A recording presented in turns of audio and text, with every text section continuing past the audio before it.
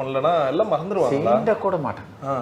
சீண்ட கண் முன்னாடியே பார்த்துருப்பீங்களா? பார்த்தீங்களா, இந்த மேக்கப் இருந்துகிட்டே இருக்கணும்.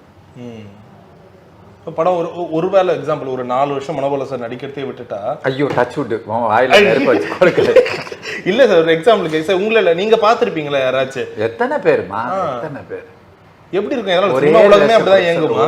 ஒரு வேஷம் கொடுக்க சொல்லு, அப்படி ஓரமா நின்றுட்டு அந்த கேமரா சவுண்டு கேட்டுட்டு போயிடுறாங்க. ஐயோப்பா எவ்வளோ பேர். வெள்ளை சுப்பையா, கருப்பு சுப்பையா. கருப்பு சுப்பையாலாம் என்னது வெறும் 300 ரூபா பணம் சார். 300 ரூபா பணத்துக்காக கோல்டு பெயிண்ட் அடிக்க சொன்னாங்க. கோல்டு பெயிண்ட் அடிச்சு பாடி ஃபுல்லாக அடிச்சுட்டாங்க. அந்த பெயிண்ட் எல்லாம் பாடிக்குள்ளே போயிடுச்சு. மறுநாள் இறந்துட்டார்.